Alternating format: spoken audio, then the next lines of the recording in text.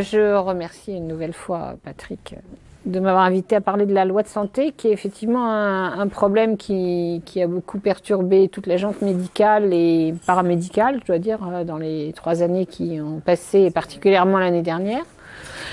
Et que malheureusement, tous nos efforts, avec en particulier l'UFML, avec Jérôme Marty, qui est pas trop loin d'ici, qui est à Toulouse, tous nos efforts ont été pour l'instant inutiles, puisque la loi de santé est passée le 17 décembre 2015, votée par moins de 20 députés, pour ne pas mentir, en plein état d'urgence et interdiction de manifestation, puisque c'était très... Et au moment des commémorations des attentats du 13 novembre, ce qui fait que la plupart des députés, en plus, n'étaient pas là. Voilà, et cette loi est passée, elle est passée au JO en janvier 2016, et malheureusement, donc, nous sommes en train de voir son application. Évidemment, la loi de santé, elle n'est pas tombée comme ça, comme un miracle, hein. C'est l'aboutissement de non-dégradation, effectivement, depuis les années Thatcher, Thatcher-Mitterrand, le renversement là, en 1983-84, au moment où on est rentré dans la rigueur après les promesses de 81. Et à partir de là, on a commencé à nous mettre loi sur loi qui ont progressivement dégradé notre exercice médical et en particulier notre liberté de soigner. Alors, en gros, on met la santé sous le joug de la finance. Alors ça s'est fait très progressivement pour que la sécurité sociale passe dans les mains des financiers. On ne pouvait pas faire ça brutalement en 84 parce que c'est pour le coup que là, il y aurait peut-être eu des manifestations. Il y en a eu quand même aussi dans les années 96, etc. Mais très progressivement, alors voilà, c'est ce qu'on veut éviter, mais malheureusement, c'est à peu près là où on en est. C'est une petite diapo humoristique qui malheureusement ne fait que traduire la réalité. Alors le choix confisqué par les lois, alors je vais vous les passer très vite. Et on a eu d'abord la loi de 1984 qui a remplacé le statut de médecin des hôpitaux, on était médecin, ça se disait bien par le statut de PH, personne n'a bronché non plus. Praticien hospitalier, sauf que praticien hospitalier, c'est déjà un médecin sous le joug des bureaucrates, et surtout, c'est pas forcément un médecin. Vous pouvez être praticien hospitalier en étant pharmacien ou ingénieur, etc. Donc vous, quand vous venez à l'hôpital, vous rencontrez quelqu'un qui a un badge praticien hospitalier, vous savez même pas si c'est un médecin, ce qui quand même en dit long sur la réalité des choses. Et puis, il y a eu la loi Evin qui a imposé la double hiérarchie, c'est-à-dire ils ont séparé les médecins des paramédicaux, donnant quand même aux paramédicaux un grand pouvoir de contrôle pour les cadres de santé, pour les surveillants, quoi, sur les médecins qui auraient trop consommé. Donc ça a été vraiment une arme qui a été mise en place, avec beaucoup de résistance chez les paramédicaux d'ailleurs, mais mise en place pour pouvoir contrôler les médecins.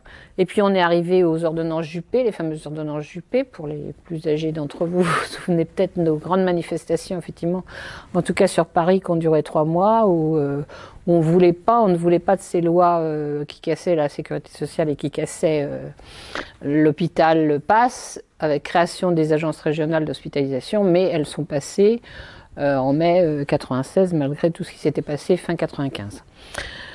Et puis ça a continué comme ça a continué avec une loi dite de modernisation en 2004, avec dans cette loi des décrets qui ont suivi pour mettre en ordre de marche une circulaire pour 2004 pour le traitement des cancers de l'enfant, une deuxième circulaire en 2005 pour le traitement des cancers de l'adulte, qui limitait les possibilités aux gens de pratiquer ces spécialités qu'on avait quand même acquises dans nos études. Du temps où on pensait que les études de médecine servaient à quelque chose. Et ces spécialités étaient réservées donc à un hôpital qui aurait telle caractéristique. En fait, c'était pour déjà regrouper. Vous avez bien vu ce qui s'est passé. Et je pense qu'en province, vous savez ce que ça veut dire, fusion-acquisition pour les petites maternités, pour les petits services de chirurgie, etc., qui progressivement ont disparu. Alors, je ne sais pas si c'est le cas dans votre région, mais ça a été un petit peu en plein d'endroits. fin 98, 99, on se battait pour les petites maternités de province qui étaient suspectées ou plus exactement insultées, où on disait qu'il y avait plus de risques de décès, ce qui était absolument faux. Tous les travaux scientifiques avaient démontré que c'était faux, mais c'était pour regrouper, absolument regrouper au sein des CHU ou des grands hôpitaux, pour avoir des masses de malades qu'on peut traiter de façon homogène. Alors on vous racontait que c'était pour la sécurité des patients, mais évidemment c'était pas malheureusement la réalité. Alors on a continué avec la loi les plans cancer déjà 2003 et puis la loi HPST, la loi de Madame Bachelot, qui a mis en place les agences régionales de santé à la place des agences régionales d'hospitalisation, donc couvrant en plus de la médecine hospitalière, couvrant la médecine libérale, donc mettant vraiment le joug de la bureaucratie sur toutes les structures de santé, qu'elles soient en ville, à l'hôpital, qu'elles soient petites, qu'elles soient grosses, donc avec des préfets de la santé, puisque les directeurs d'agences régionales de santé sont nommés par le ministre, en tout cas par les structures ministérielles, et ne sont pas particulièrement médecins. En général, ils peuvent être médecins, mais enfin essentiellement des hauts fonctionnaires, et ils ont droit de décision sur tout ce qui concerne la médecine dans leur territoire, comme ils appellent. C'est-à-dire qu'ils décrètent que tel service de radiothérapie va fermer, que tel service d'obstétrique est trop grand ou trop petit va fermer, que tel médecin ne donne pas les caractéristiques d'une obéissance suffisante et qu'on va lui interdire de travailler au moins dans telle ou telle spécialité. Il recevra une lettre recommandée chez lui en disant qu'il n'a plus le droit de faire tel type d'intervention, par exemple pour un chirurgien, et en gros il n'aura rien à dire parce que ce sont des structures tout à fait... c'est l'inquisition de la médecine actuelle, sans contre-pouvoir, parce que il n'y a pas d'instruction où vous allez avec un avocat pour défendre en disant pourquoi vous m'envoyez ça, pourquoi je suis interdite de faire de la chirurgie conservatrice dans telle clinique, tel endroit, pourquoi. Il n'y a aucune possibilité de discours contradictoire, et toutes les fois où les gens essayent avec procès, etc., ça se termine mal, c'est-à-dire qu'en gros, le Centre national de gestion, qui est encore une agence bureaucratique de plus qui a été organisée pour régler théoriquement les problèmes des médecins hospitaliers et du médecin en général, et des directeurs, en pratique donne toujours raison au chef de pôle d'un hôpital X qui a viré tel médecin, et bon. En gros, c'est vraiment l'inquisition, avec perte de la liberté d'exercer dans une spécialité à un endroit donné sur décision purement administrative. Parce que les exemples que je pourrais vous donner sont des gens qui n'avaient évidemment ni plainte de malade, ni plainte médicale de toute sorte.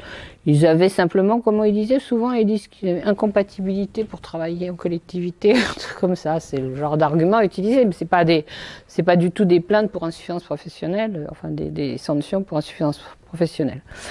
Donc, eh bien, la cerise sur le gâteau est arrivée avec la loi santé. Et la loi santé, donc, en place depuis début janvier 2016, et dont nous ne connaissons pas encore tous les, j'allais dire les traquenards, bon, alors c'est un procès d'intention, enfin en tout cas tous les décrets d'application, puisqu'apparemment 250 décrets d'application qui sont en gestation. La ministre dit que c'est habituellement 250 décrets d'application, c'est le travail du Conseil constitutionnel sur une année. En tout cas, bon, c'est sûr que c'est un énorme travail. Ça va être un énorme travail pour nous tous pour voir tout ce qu'ils vont décider, ces décrets imposés. Et on est d'autant plus inquiet que dans la loi de santé, c'était une des raisons, je disais, j'avais eu envie d'écrire un petit bouquin résumé sur la loi de santé. En fait, c'est absolument... Enfin, j'ai pas réussi parce que il y avait de nombreux articles où ça se terminait en disant, voilà, on donnait une orientation, si vous voulez.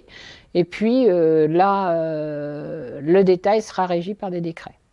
Donc effectivement, on va avoir des décrets arriver pour le détail de ce qu'on aura le droit de faire ou pas faire. Et c'est vraiment un grand changement. Le grand changement, il est dit dans l'article 1, à la limite, vous n'avez pas besoin d'aller plus loin. L'article 1 modifie l'article 1 antérieur et dit que l'État décide maintenant des orientations médicales, des choix de santé, alors qu'avant, il contrôlait. Bon, c'était un peu normal que l'État voit qu'on ne fasse pas n'importe quoi avec les patients, mais il contrôlait. Maintenant, il décide. Donc, alors que bon, ils n'ont pas de formation médicale particulière, ce ne sont pas des médecins, ce sont des bureaucrates, même s'ils sont bien intentionnés, je veux bien encore l'admettre. On peut toujours rêver. Ils n'ont pas la compétence médicale, l'antériorité, la pratique courante de ce que c'est qu'un malade. Donc c'est vraiment très très dangereux pour tous les patients, pour les citoyens. Et effectivement, quelque part on regrette qu'on n'ait pas réussi à sensibiliser les citoyens qui ne le découvrent que le jour où ils vont à l'hôpital. Mais pour un patient, pour eux, pour leur famille, mais après, voilà. Donc c'est tout à fait significatif et symptomatique que cette modification majeure de la loi. Alors les ARS ont tous les pouvoirs, donc les agences régionales de santé mis en place donc par la loi Bachelot, mais en fait en pratique le temps de les fabriquer c'était 2010, puis le temps qu'elles agissent, elles ont commencé par faire des accréditations, c'est-à-dire des autorisations, on déboule dans les services et dans les hôpitaux, on voit si les hôpitaux satisfont ou si les services satisfont aux normes, aux multiples normes. Vous savez qu'on est le pays des normes, hein, on est le pays avec plus de normes en Europe. Je crois que c'est de l'ordre de 400 000, ça doit encore augmenter parce que ça augmente tous les jours. Donc on est au pays des normes et donc les agences régionales de santé déboulent dans les services et contrôlent avec des questionnaires. D'ailleurs les services passent beaucoup de temps à ça, hein, ça occupe 15% du temps je crois, ça coûte beaucoup d'argent aussi ces contrôles, pour voir si on est en règle avec les prescriptions, enfin plus que les prescriptions, les injonctions de l'État sur la façon dont nous devons soigner nos patients. Alors en cancérologie, ça se traduit par, vous avez des questionnaires, combien vont entrer de patients, bon vous avez eu, je sais pas, 100 patients, combien vous en avez rentré dans les essais thérapeutiques, 80%, bon ça va, 50%, maintenant ça va pas, on reviendra dans un an, si vous en avez pas rentré plus, vous perdrez votre autorisation de soigner les cancers dans votre établissement.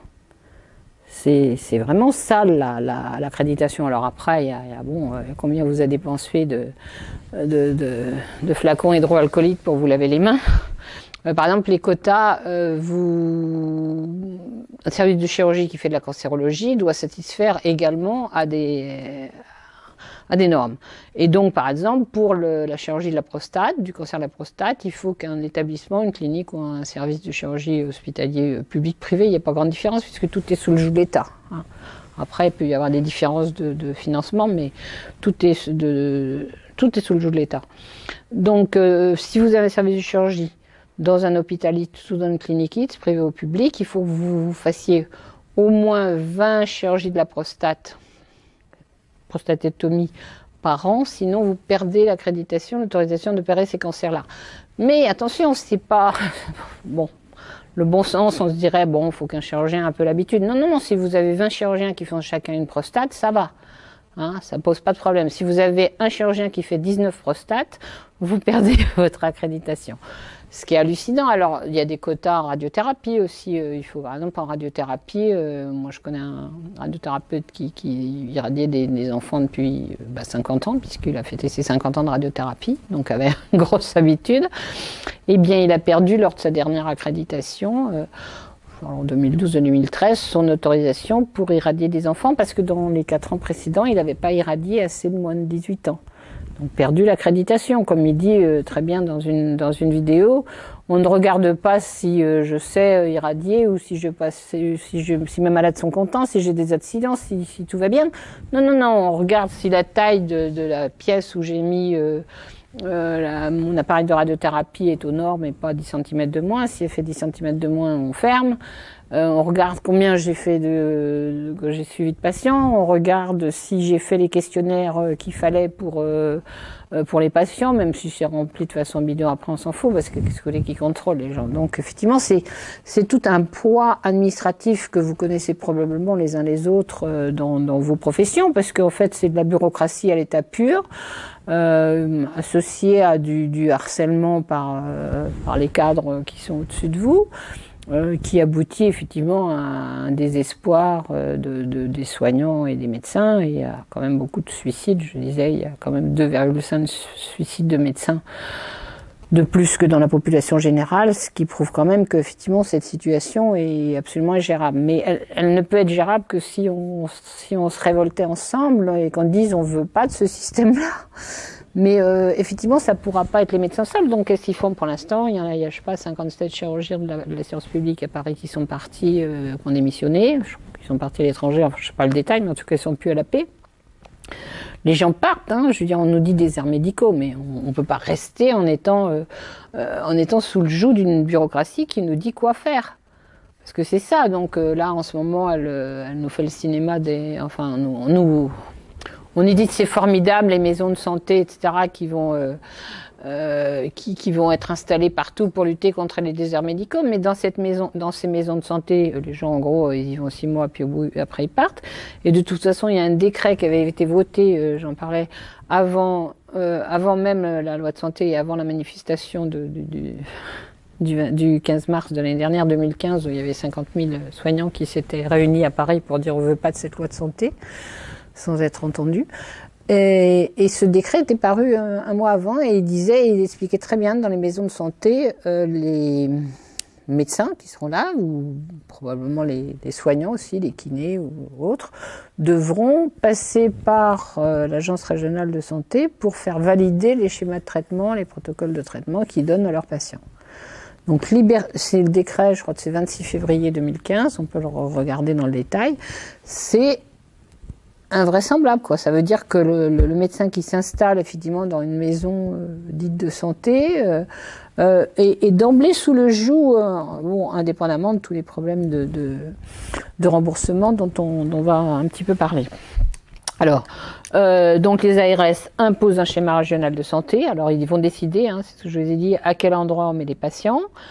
Et puis ils organisent la prise en charge du patient, c'est-à-dire qu'avant, votre médecin il vous adressait au kiné qui connaissait, avec lequel il travaillait, dont il connaissait les qualités, tandis que là c'est l'ARS qui va décider où vous allez.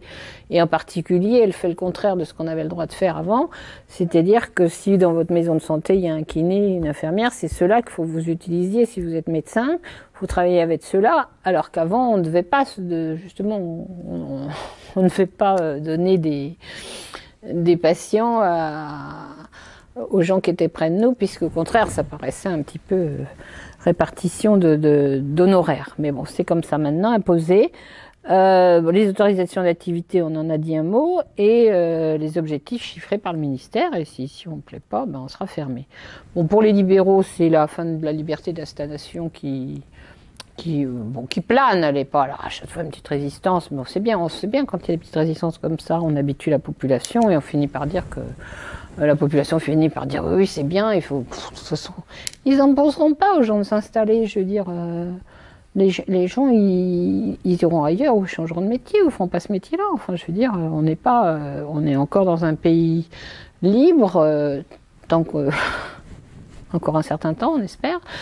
Et les gens qui ne veulent pas aller s'installer pour telle ou telle raison dans tel endroit, ils n'iront pas sous une pression bureaucratique. Ils auront peut-être, si on leur donne des conditions de travail intéressantes, etc., mais sûrement pas en commençant par être obligé de donner les schémas de traitement qu'on va faire à nos patients à l'ARS pour validation. L'ARS étant évidemment bureaucratique, hein, quand je dis bureaucratique, c'est pas des médecins, quoi. C'est des gens qui sont pas compétents en médecine et qui vont vérifier sur des normes, des schémas imposés, rédigés dans un coin de bureau avec d'autres gens, mais pas on ne décide pas la médecine à 5-6 dans un bureau et on l'impose après à tout le monde. Ce n'est pas acceptable et donc ça ne sera pas statistiquement appliqué. Bon, il y a peut-être quelques-uns qui marcheront un temps, mais on voit bien d'ailleurs les gens qui viennent dans les maisons de santé, on voit tout le temps dans le quotidien du médecin que finalement ils repartent.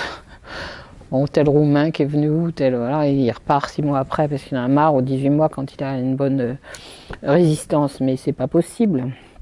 Donc, qu'est-ce qu'il y a d'autre? Donc il va falloir qu'ils signent des horreurs avec l'ARS, enfin, c'est-à-dire des engagements. Quand je dis des horreurs, c'est des engagements, ça veut dire perdre de leur liberté de décision à chaque patient qu'ils ont devant eux. Ça, c'est insupportable. Enfin, pour nous, vraiment médecins, serment d'Hippocrate, indépendance professionnelle, on décidera, on fait 15 ans d'études pour dire, voilà, on va essayer à la personne qui est en face de moi, lui donner les meilleurs soins en fonction des données acquises de la science et qu'on nous fasse a priori d'emblée signer des engagements pour prescrire tel truc, telle vaccination ou pas prescrire tel examen, ou pour le prescrire au contraire, c'est pas tolérable. On n'est pas des machines et là on veut nous transformer en robots qui appliqueront des décisions prises ailleurs.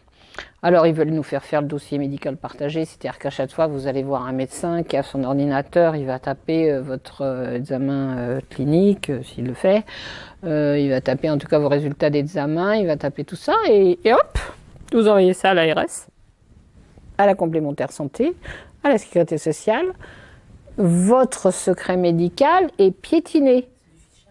C'est du fichage, mais du fichage en plus médical, ce qui empêche toute possibilité d'avoir une relation normale, un colloque singulier normal entre le patient et le médecin. Donc ça, c'était quand même complètement opposé au serment d'Hippocrate, que je crois nous porte encore, mais je pense pour pas longtemps, il va être modifié, c'est sûr. Hein, je veux dire, il y a une discordance, il y a une espèce de distorsion plutôt entre cette loi santé, ce qu'elle impose aux médecins, et le serment d'Hippocrate, le code de déontologie, le code de Nuremberg, on va y revenir. Donc fin du secret médical, je pense que c'est là que les patients auraient dû réagir, parce que ça les concerne directement. Votre assurance saura très vite vos antécédents familiaux ou autres, et le jour où vous voudrez avoir un prêt pour un appartement, bon, ils seront communiqués entre eux, ou ce sera la même, et vous dira non, pas avec vos antécédents, pas avec votre génome, pas avec les antécédents de votre famille. Ben oui, je veux dire, c'est hallucinant le vrai dossier médical partagé avec l'open data, c'est-à-dire toutes ces sources, ils nous font très, ouais, c'est bien, on va partager toutes les sources, qu'est-ce que ça va changer? On saura qu'il y a 20 000 personnes qui ont cette petite mutation-là, et alors, bon, va être ça qu'on va faire des progrès. Et on fait croire aux gens, enfin, je pense, à la télé, tout le temps, on entend, l'open data, source de progrès, mais ils rêvent, ils sont dans quel monde, là? Ils sont dans un autre aussi, ceux-là. Bon, c'est pas vrai, mais par contre, c'est pas perdu pour tout le monde, hein, parce que tout ce qu'on vend en informatique, en logiciel, c'est absolument énorme. Hein. Moi, j'ai vécu, hein, c'est vraiment des sommes fabuleuses. Moi, j'ai vécu Robert Debré en 88, l'ouverture de Robert Debré à Paris. C'était le premier hôpital d'Europe à l'époque. Après, ça a été Pompidou, mais c'était le même cirque. Mais ils nous ont fait un cirque. On était le premier hôpital vraiment informatisé, mais c'était tragique. D'abord, les gens faisaient plus que ça, mais quand on voit les sommes fabuleuses qu'ils ont dépensées en informatique et la science publique depuis 1988, et qu'on essaie de nous faire croire encore que l'informatique c'est fait pour autre chose que de gagner des sous, voilà. Bon, alors il y a des indications, il y a des choses pratiques, on est d'accord, mais de toute façon, ça n'aura jamais dû être décidé en dehors des citoyens et en dehors des médecins.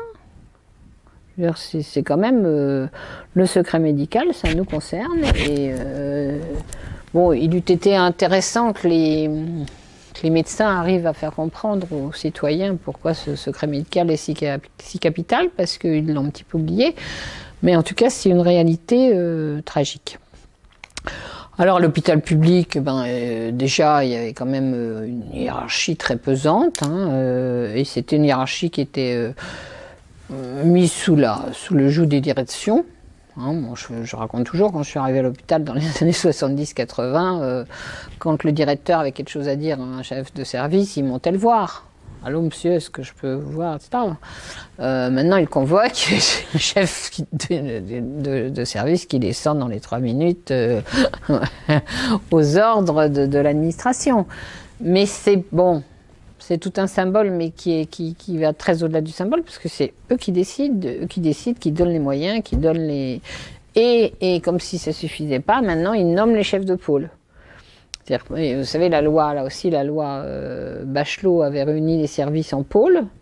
Donc, en gros, si vous avez 5-6 chefs de service réunis dans un pôle, in fine, c'est le chef de pôle qui décide de tout. Les chefs de service n'ont plus rien à dire dans leur service, y compris si c'est le grand professeur machin ou chose. Hein, c'est pas. Bon, vous avez vu probablement récemment le professeur Ménien à l'hôpital Pompidou qui a sauté du 7e étage. Bon, c'était un professeur, un patron nommé, enfin bon, dans le plus grand hôpital parisien, enfin connu, quoi, le grand bateau des sciences publiques.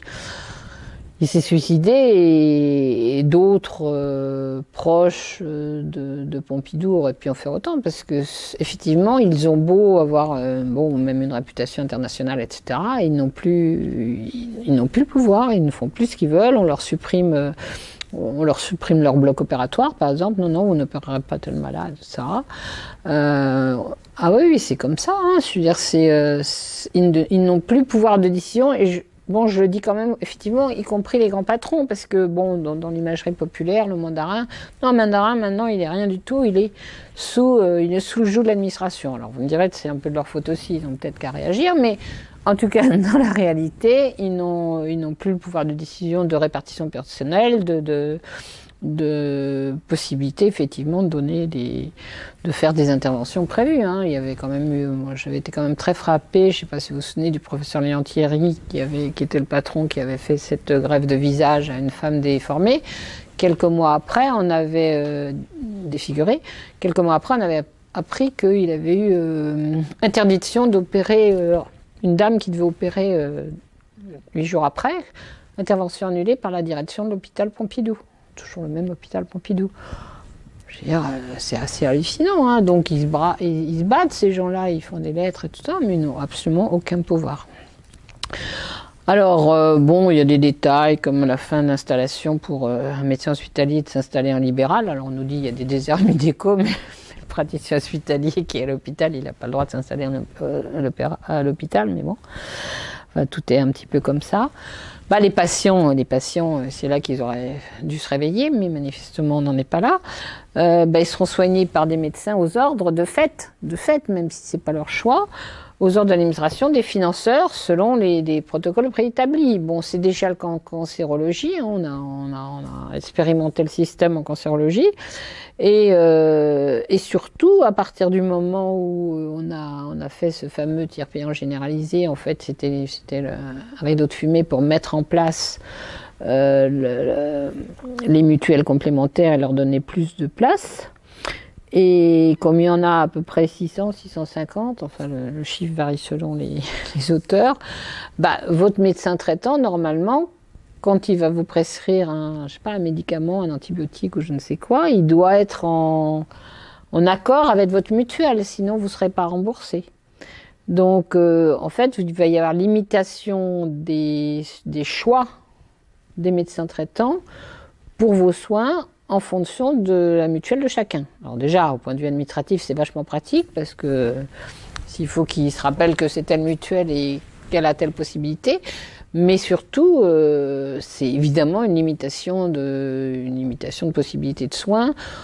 Comme je dis souvent, hein, autrefois, quand Urgence est arrivée à la télévision, on voyait une maman qui arrivait dans le coma et votre maman, elle a... Donc c'était aux USA, mais maintenant c'est ici. Votre maman, elle a quoi comme mutuelle? Ah non, elle n'a pas payé la réa. Bon, alors on l'envoie à côté en soins palliatifs. Oui, c'est ça. Hein, les mutuelles, c'est ça. Alors bon, là, c'est le gros exemple, mais c'est effectivement le médecin généraliste ou spécialiste ne pourra prescrire qu'en fonction du contrat que le patient aura signé avec sa mutuelle et donc qui communiquera aux médecins. Alors il y aura sûrement des mutuelles plus ou moins intéressantes. Il y a les mutuelles qui maintenant vont commencer à faire payer les surmutuelles, les surcotisations, oui, puisqu'elles vont plus tout couvrir. Alors pour que ça couvre mieux, on va vous faire payer un supplément avec mutuelle. Voilà, et bon, vraiment la liberté de soins pour les patients est beaucoup diminuée. Bon, le rideau de fumée, je viens d'en parler, hein, il a été récusé par le Conseil constitutionnel, mais uniquement pour la partie mutuelle. Alors c'est vachement sympa, vous allez chez votre médecin, vous payez pas la partie sécu, mais vous payez la partie mutuelle. Donc ça va pas simplifier grand-chose, mais bon, c'est parce qu'effectivement, mais ce qui prouve bien que c'était une mesure purement démagogique et publicitaire pour faire croire, et pendant ce temps-là, les patients n'ont pas vu tout ce qu'il y avait derrière cette loi de santé. Alors, moi, j'ai quand même voulu retourner par honnêteté voir ce qui est marqué sur le site du ministère de la Santé actuellement, en mai 2016, là, parce que j'avais vu avant. Et alors, elle nous dit que c'est les acquis donc vus par le ministère. Cette loi est centrée sur leur prévention. Prévention, obésité, tabac, diabète, alcool, etc. Alors, sur l'information nutritionnelle, on va vous dire qu'il ne faut pas mettre trop de sel. Bon. Et puis on va faire des logos couleurs, ça va simplifier aussi beaucoup les marchands de petits gâteaux. Ouais, non mais c'est. Alors par contre, il y a des choses qui font peur. Là, favoriser la prévention innovante, les tests rapides, les autotests, donc pour le sida tout ça, donc ça va aussi encore être des dépenses. Et puis bon, c'est là aussi, enfin c'est pas, bon, moi je suis pas forcément systématiquement contre tout ce qui peut être dit là-dedans, mais on sent que surtout ça n'a pas été, j'ose dire, évalué. Enfin, quelles conséquences de, je sais pas, vous avez un gamin de 16 ans, il est inquiet voir s'il n'a pas attrapé le HIV, il va chez le pharmacien, il va se faire un autotest, d'accord, et alors après il fait quoi? Est-ce qu'il va le faire bien? Est-ce qu'il va le faire mal? Enfin bon, genre c'est pas anodin, c'est sûr. Bon, les salles de shoot, alors ils nous disent qu'ils vont changer les comportements pour la cancérologie, nous éduquer à la santé. Là aussi, moi je suis quand même très très inquiète. Là aussi, la belle formule éducation à la santé, ça fait bien. Sauf qu'en pratique, quand on voit comment elle est faite, c'est quand même une manipulation assez fréquente des patients. On leur dit comment il faut penser, on leur apprend à penser, on nomme un citoyen patient coordinateur qui va tout savoir et enseigner les autres et qui souvent s'y croit. Bon, enfin, je pense pas que ça soit des choses qui compensent. Alors dans les choses qui m'ont beaucoup gênée et choquée dans cette loi de santé, c'est évidemment la suppression du délai de réflexion pour l'avortement. Ils n'ont pas le choix anti-avortement, mais enfin je continue à penser, en tout cas dans ma génération, que c'est pas un acte anodin et que toutes les femmes qu'on en fait, quel que soit leur âge, en ont gardé, si ce n'est un traumatisme majeur. En tout cas, c'est pas, on va pas à la piscine quand on va faire un avortement, quoi. Je veux dire, c'est une banalisation de l'avortement absolument terrible. Alors, donc suppression du délai de réflexion, vous me direz que les gens ils pourront peut-être réfléchir quand même, j'en sais rien, mais enfin en tout cas on n'a plus besoin, vous pouvez aller voir, salut je viens me faire avorter, au revoir, bon, j'ai pas le temps là, je vais au cinéma.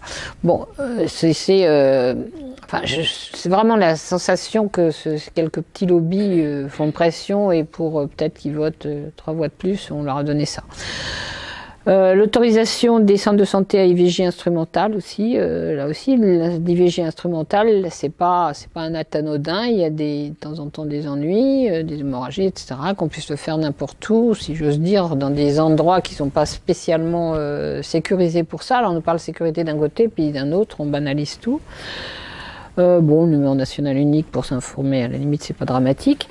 Par contre, je suis aussi très inquiète, mais ça j'en ai jamais entendu parler, j'en entends jamais parler par personne, mais je le dis quand même à chaque fois.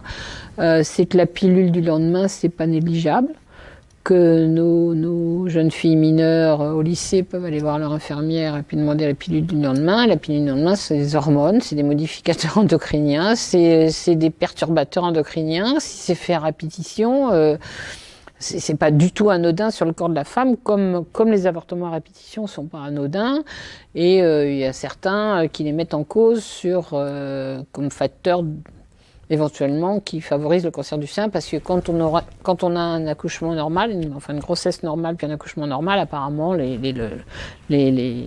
glandes mammaires sont préparés à ça et à tous ces actes-là. Enfin bon, effectivement, ça fait des millénaires qu'on a des enfants et des seins qui sont préparés pour l'allaitement, et de couper systématiquement brutalement la préparation des glandes mammaires serait un facteur. Il y a des papiers qui disent ça dans la littérature internationale. Moi, j'ai découvert ça il n'y a pas longtemps en écrivant ça.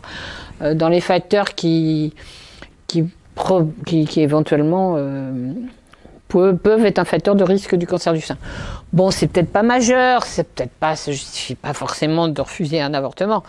Là aussi, ce qui me choque dans cette loi, c'est la banalisation, c'est que l'infirmière scolaire, dont je ne sais pas si elle est forcément préparée non plus à ces notions-là, si elle sait que c'est dangereux de donner ah tiens, tu veux avorter, bon toc, ah bah t'as eu un rapport machin, toc, pilule du lendemain, c'est encore pire parce que c'est pas, à la limite on n'a pas forcément besoin, que moi je trouve c'est extrêmement grave qu'on diffuse ces perturbateurs endocriniens comme ça aux gamins, comme des bonbons. C'est pas des bonbons, la pilule elle-même n'est pas un bonbon. Bon, sûrement été un grand progrès. Néanmoins, il faut peut-être pas la banaliser non plus.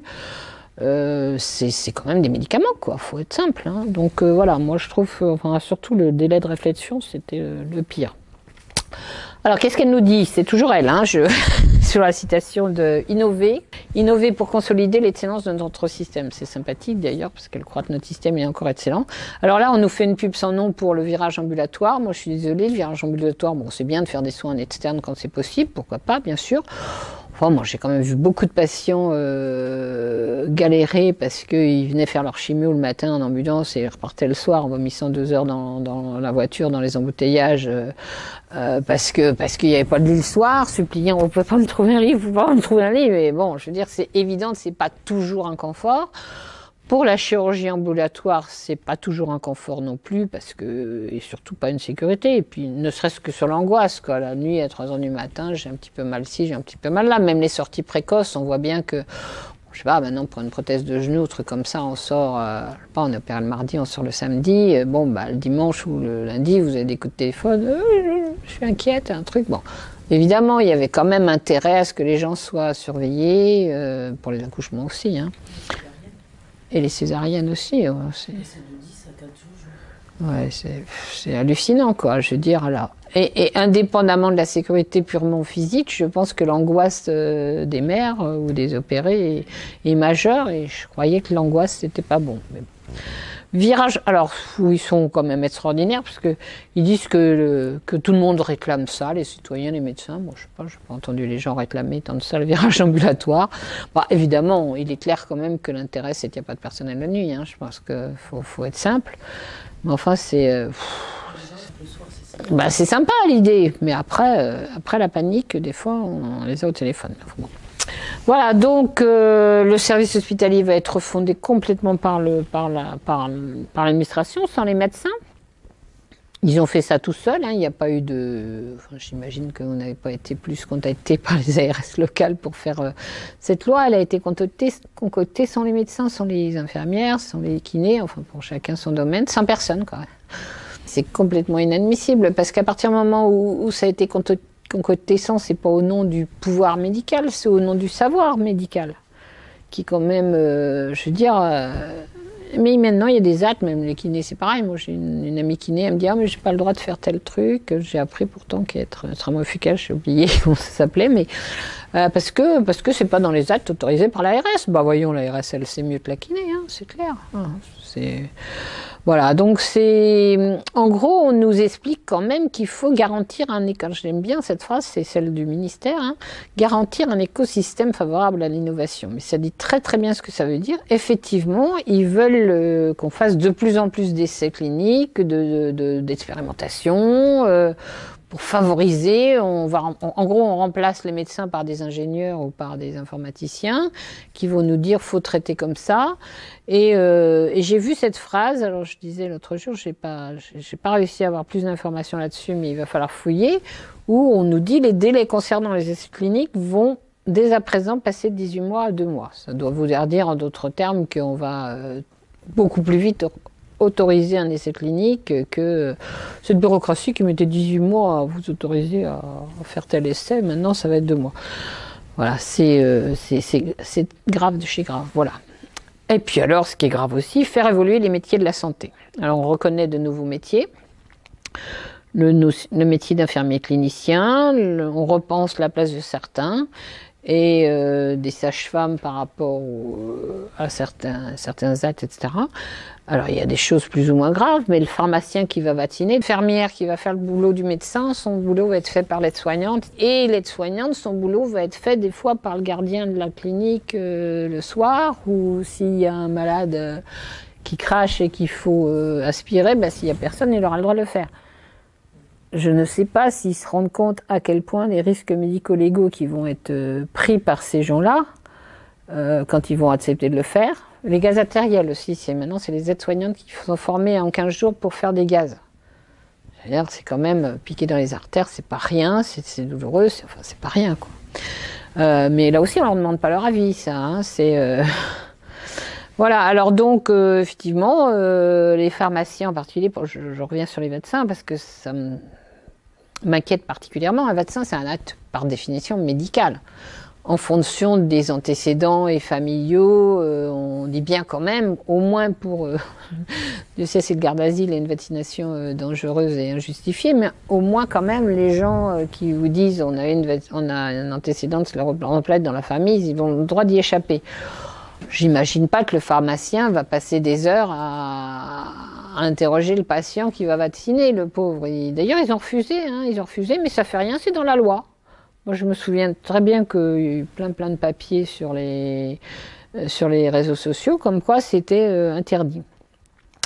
Alors, les sages-femmes, bon, effectivement, vous faites la contraception, les vaccinations du nouveau-né, tout ça, c'est quand même des actes médicaux majeurs avec des responsabilités médicales, hein, le médico-légal. Le jour où le patient il meurt, pour l'instant, il se passe rien parce qu'on dit que c'est pas la vaccination, mais enfin, à force, et surtout avec les nouveaux vaccins qui sont sur le marché, qui sont manifestement plus dangereux que les précédents, il va y avoir des incidents et des responsabilités. Alors, je sais pas si les gens vont accepter, mais est-ce qu'ils vont avoir beaucoup la possibilité de refuser? Je ne sais pas.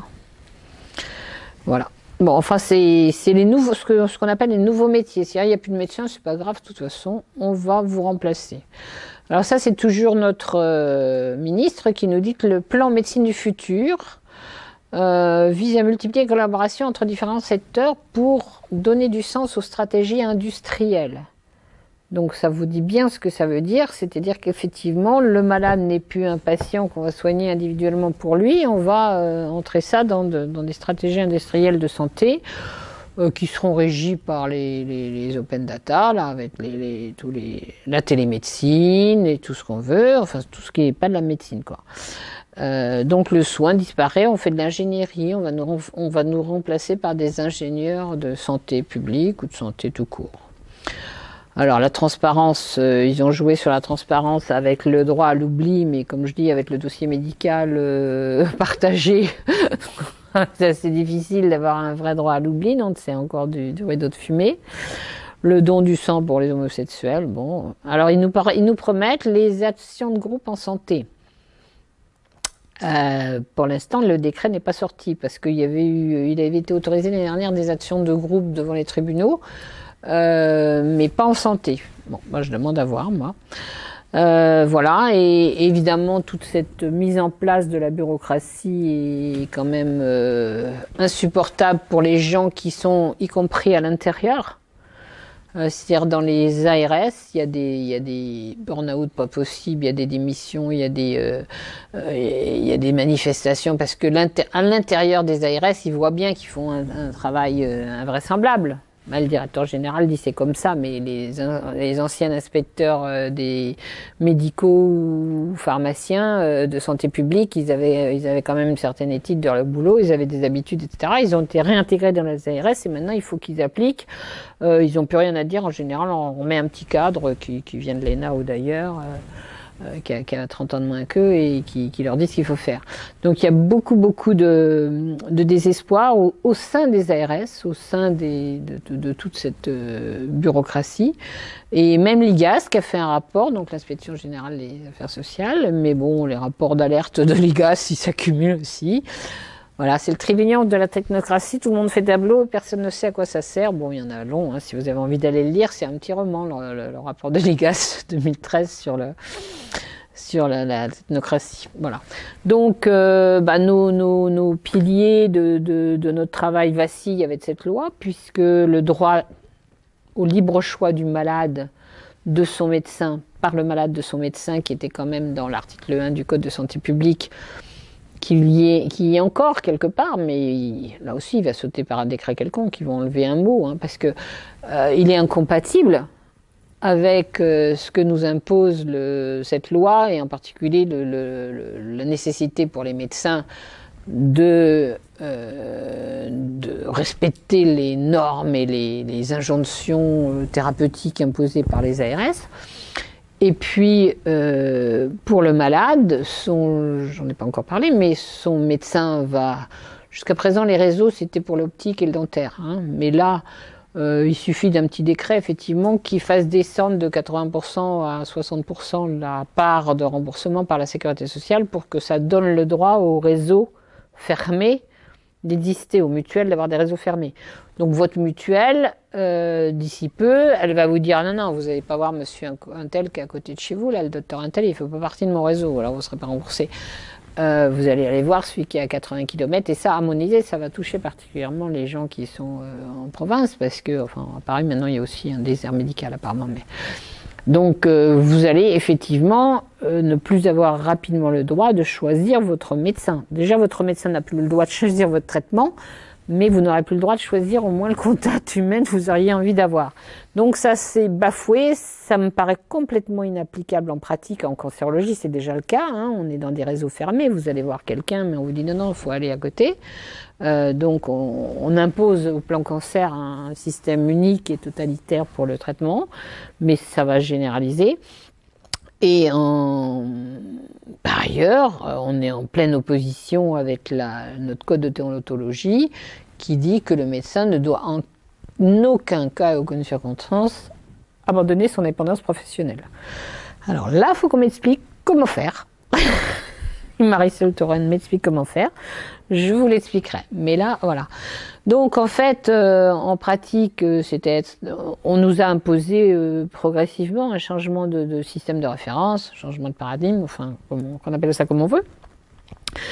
Et on nous a dit qu'il fallait, et c'est écrit assez clairement, en particulier dans tous les textes qui introduisaient le plan cancer dans les années dès 99, 2000, 2003, où il est écrit clairement qu'il faut, je les avais lus au moment où j'ai fait le plan cancer appelé au qui rapporte, parce que j'avais eu le temps, je m'étais cassé une jambe, donc j'étais tombée dans les textes et j'avais lu avec horreur, découvert, parce que bon, en étant à l'hôpital tout le jour, en soignant ses patients, on ne s'aperçoit pas de ça.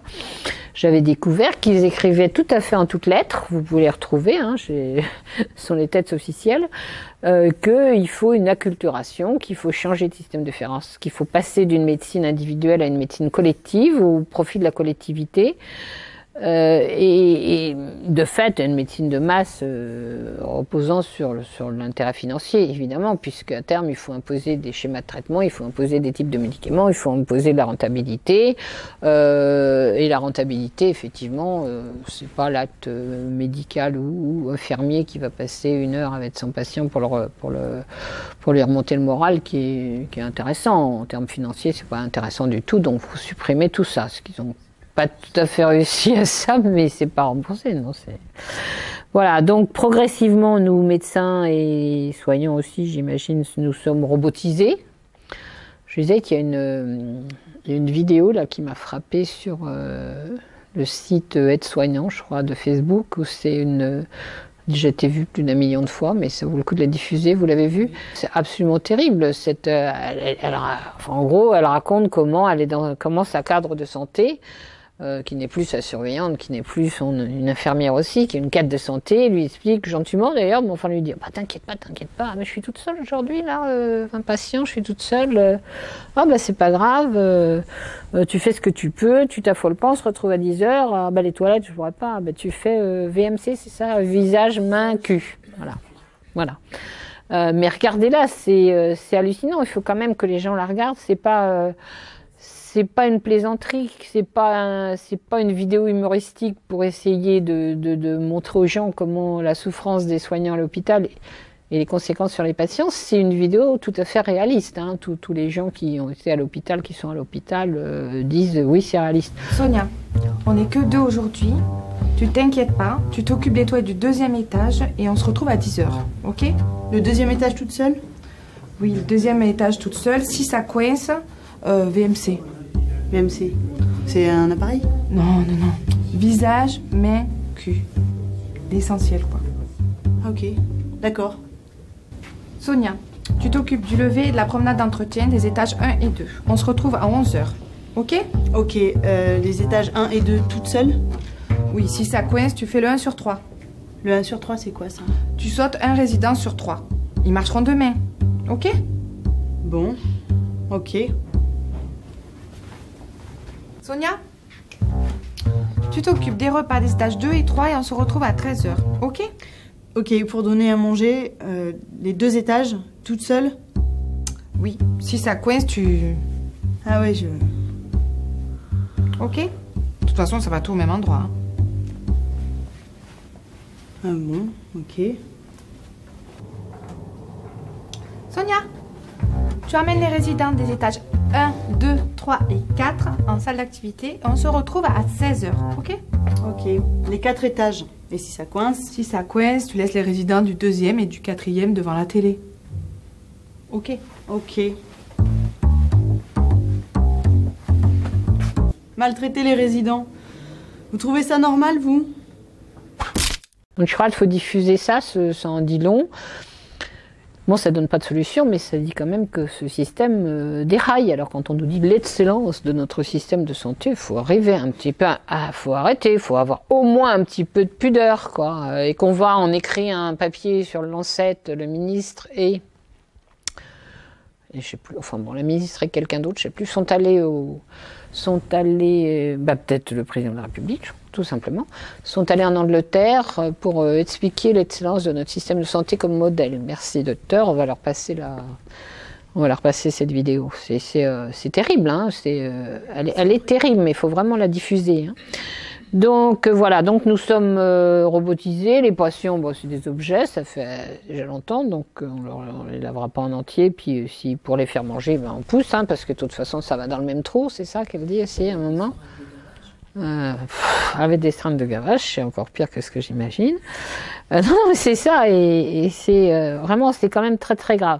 Alors en cancérologie, pour un domaine que j'ai pratiqué longtemps, bah, ça s'est détruit peut-être avant, ou alors c'est parce que j'étais pas assez dans les autres domaines que je l'ai moins vu.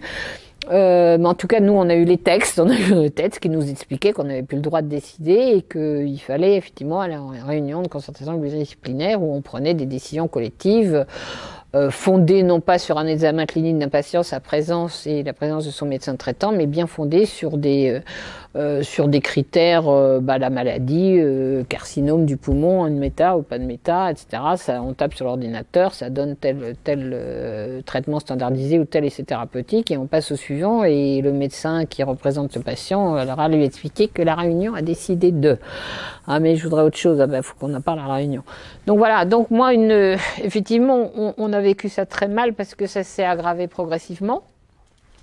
Et donc c'est une raison d'ailleurs pour laquelle on a décidé avec mon mari étant à la retraite d'écrire ce bouquin pour dire faut arrêter, faut résister, faut que les patients y résistent, il faut qu'ils disent aux médecins traitants, aux médecins référents, c'est même pas le médecin traitant qui est plus dans le coup apparemment, aux médecins référents, attendez, sur quels critères vous avez décidé de mettre dans ce schéma de traitement quand ils s'aperçoivent que c'est un essai thérapeutique, ils s'en aperçoivent pas toujours, ou pourquoi vous me donnez ce médicament-là, ou quel résultat vous avez, est-ce qu'il n'y a pas d'autres traitements, si vous aviez été tout seul à décider, vous auriez pris quoi, etc., pour rétablir absolument un dialogue avec les médecins, parce que si on n'arrive pas à rétablir ce dialogue, on n'arrivera pas à résister à ce système totalitaire, quoi. Donc vraiment, on a encore le droit quand même, hein, je veux dire, il faut que les patients comprennent qu'ils ont le droit de discuter. Le médecin, il va falloir peut-être qu'il se batte pour faire changer la décision ou pour l'imposer en disant bon, vous voulez pas de ça, je vous mets pas de ça, je vous donne autre chose.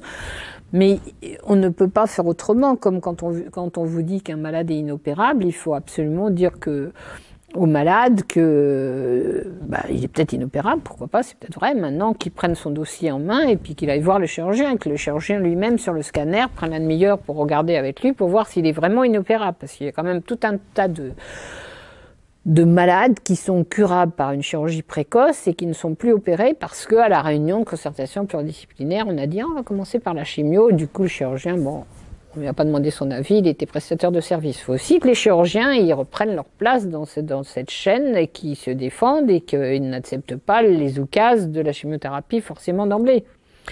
Donc, je crois que c'est vraiment une prise en main une résistance globale de l'ensemble de la population, si je veux dire, des citoyens malades et des soignants, toutes catégories confondues, pour dire c'est pas inéluctable, il n'y a rien d'inéluctable dans un pays, il faut qu'on remonte, et cette loi qui impose aux médecins le joug bureaucratique et les décisions bureaucratiques sur les traitements, c'est absolument insupportable. Voilà, donc il faut se battre aussi pour le consentement éclairé, qui est quand même dans nos lois depuis en particulier 1947 quand même. avec le code de Nuremberg, suite aux horreurs qui se sont passées dans les camps de concentration et au procès des médecins allemands au procès de Nuremberg, des médecins nazis, où il avait été constaté que finalement il n'y avait pas grand-chose dans la loi internationale pour protéger les patients de soins ou d'expériences dont ils n'auraient pas accepté les risques. C'était particulièrement le cas, évidemment, dans les camps de concentration, mais ils se sont aperçus que quand même, il y avait beaucoup d'expériences en dehors de ce contexte qui étaient faites sans protection juridique. Donc, ils ont écrit le Code de Nuremberg. Et le Code de Nuremberg, il est extrêmement clair, c'est que l'intérêt du patient domine sur l'intérêt collectif et qu'aucune essai thérapeutique, aucune expérience ne doit être faite sans l'accord clairement exprimé du patient. C'est pas vraiment le cas actuellement, vous êtes d'accord? Oui, mais ça aussi, on peut quand même se battre là-dessus. Et là, les patients là-dessus, ils sont gagnants à tous les coups. S'ils n'ont pas eu de consentement éclairé, je veux dire, il peut mettre le médecin en cause. Donc, autant le mettre avant en disant attention, moi j'ai besoin de mon consentement, c'est la loi. Et ce code de Nuremberg a été repris tous les 2-3 ans dans les conventions internationales de l'Association médicale mondiale, je crois que ça s'appelle comme ça, AMM, dont il y en a une à Helsinki en 2000 où ils ont repris toutes ces notions-là, dont la dernière a eu, je crois, lieu à Moscou en 2015. Enfin, c'est quelque chose qu'on continue à faire, qu'on continue à faire vivre, le consentement éclairé, mais il faut le faire vivre dans la pratique. Il faut exiger de nos médecins en disant que c'est pas un choix qu'ils ont à faire de nous donner le consentement éclairé, c'est une obligation légale. C'est une obligation légale et vous me la devez, et moi je suis patient, je la veux. Donc je veux pas qu'on me donne un petit papier comme ça à signer sur le coin de la table et vous reviendrez demain matin avec le papier signé avant d'être opéré. Non. Et en plus c'est assez étonnant parce qu'il me semble quand même, enfin je sais pas comment ça se passe ici, mais pour les coloscopies, des trucs comme ça, c'est vachement bien organisé. Je veux dire, moi je fais plusieurs coloscopies, on vous fait signer un papier en vous disant que vous allez mourir sur la table parce qu'on va mettre le coloscope à l'intérieur de votre côlon. Bon, alors des fois c'est un peu poussé, ces consentements éclairés aussi, parce que ça fait peur aux gens. Mais entre ça et rien, entre ça et entrer les gens dans des études pivots ou dans des pratiques dans des protocole standardisé où finalement on va leur donner une molécule qui a peu été étudiée et qui a eu une AMM temporaire, conditionnelle, fractionnée, selon tous les termes actuels, rapidement après une étude pivot sur 200 patients. C'est normal que vous le sachiez, ça ne veut pas dire que vous allez refuser d'ailleurs. Mais vous devez être informé, vous devez exiger cette information réelle. On me propose un médicament, comment elle a été étudiée? Bon, pour l'instant, il y a une étude pivot qui dit que sur 4 mois, c'est stable. Bon, est-ce que j'accepte ça? Ou est-ce qu'il n'y avait pas un traitement qu'on faisait avant qui donnait, je sais pas, 20% ou 40% de survie de plus à 5 ans, et non pas sur 2 mois, pour les malades qui ont bénéficié. Et puis moi, je choisis après, c'est ça mon consentement éclairé, je prends le temps de réfléchir, il n'y a pas d'urgence, il y a des gens pressés, Faut pas qu'on nous raconte qu'il faut décider tout de suite, parce que c'est pas vrai, on vous fait attendre des fois 3 semaines un résultat de biopsie, et puis alors là, faut décider le lendemain qu'on va accepter telle molécule. Donc, on prend le temps de réfléchir. Quand on achète un frigidaire, comme je dis, on a toujours le droit de le rendre dans les 10 jours. On est plus précieux que notre frigidaire. Ou si vous avez un démarcheur qui vient chez vous, vous avez aussi 10 jours pour renoncer. Notre santé, votre santé, elle est plus précieuse que, je sais pas, l'encyclopédie que vous aurez acheté au démarcheur qui était venu, vous pouvez rendre dans les 10 jours. Je sais pas, il faut arrêter de vivre dans la peur, il faut arrêter de vivre dans la soumission, si on peut utiliser ce terme, parce que c'est quand même exactement ça. Il faut qu'on sorte de cette soumission qui fait croire que le gars qui est en face, il tient votre vie dans sa main et vous n'avez rien à dire. En plus, le pauvre, il tient rien du tout, puisqu'en gros, il a appliqué ce qu'on a décidé à la réunion collective. Donc, on peut l'aider aussi à sortir lui aussi de ce système de soumission par rapport à la réunion et de se dire, je suis encore médecin, ma malade en face, elle s'intéresse à ce que je pense, on va essayer ensemble de retrouver une certaine liberté. Je crois que c'est vraiment important et une certaine emprise nous-mêmes, vous le médecin, moi le malade, sur ma maladie, et on va pas forcément accepter les oukases de la réunion. Sur quels critères ils ont décidé ça? Donnez-moi le compte-rendu de la réunion, c'est assez joli souvent les réunions de concertation. Je sais pas si vous en avez vu, mais les comptes-rendus, en gros il y a rien.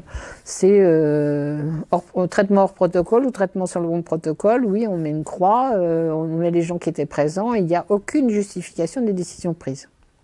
Ça aussi, c'est pas admissible. Avant, le médecin, il envoyait une lettre. Donc, il faut obtenir des informations. La nouvelle politique, évidemment, je pense que vous avez eu le temps de lire cette diapo, elle est clairement faite pour la recherche. Effectivement, pour augmenter. Et bon, l'exemple le plus clair, c'est celui que nous, on a bien éclairci et vécu en pédiatrie, c'est que en 1985, on guérissait plus de 3/4 des enfants atteints de cancer. Hein.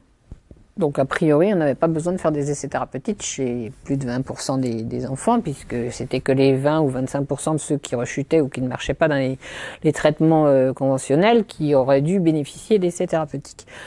Mais c'est pas du tout ce qui s'est passé. À partir de 2000, les moments du plan cancer, ça a été dit clairement d'ailleurs au Sénat, ça aussi, ça a été bien expliqué par la présidente de la Société française des cancers de l'enfant, qui a expliqué au Sénat, au moment où il rédigeait le plan cancer, que le but est d'entrer 100% des enfants dans des essais thérapeutiques. En gros, ils y sont à peu près arrivés. Hein. C'était leur but écrit en 2001 dans ce rapport que vous trouvez facilement sur Internet. Et donc, ça veut dire qu'on a quand même des kilos d'enfants qui sont entrés dans des essais thérapeutiques alors qu'ils pouvaient bénéficier de traitements éprouvés qui auraient pu les guérir.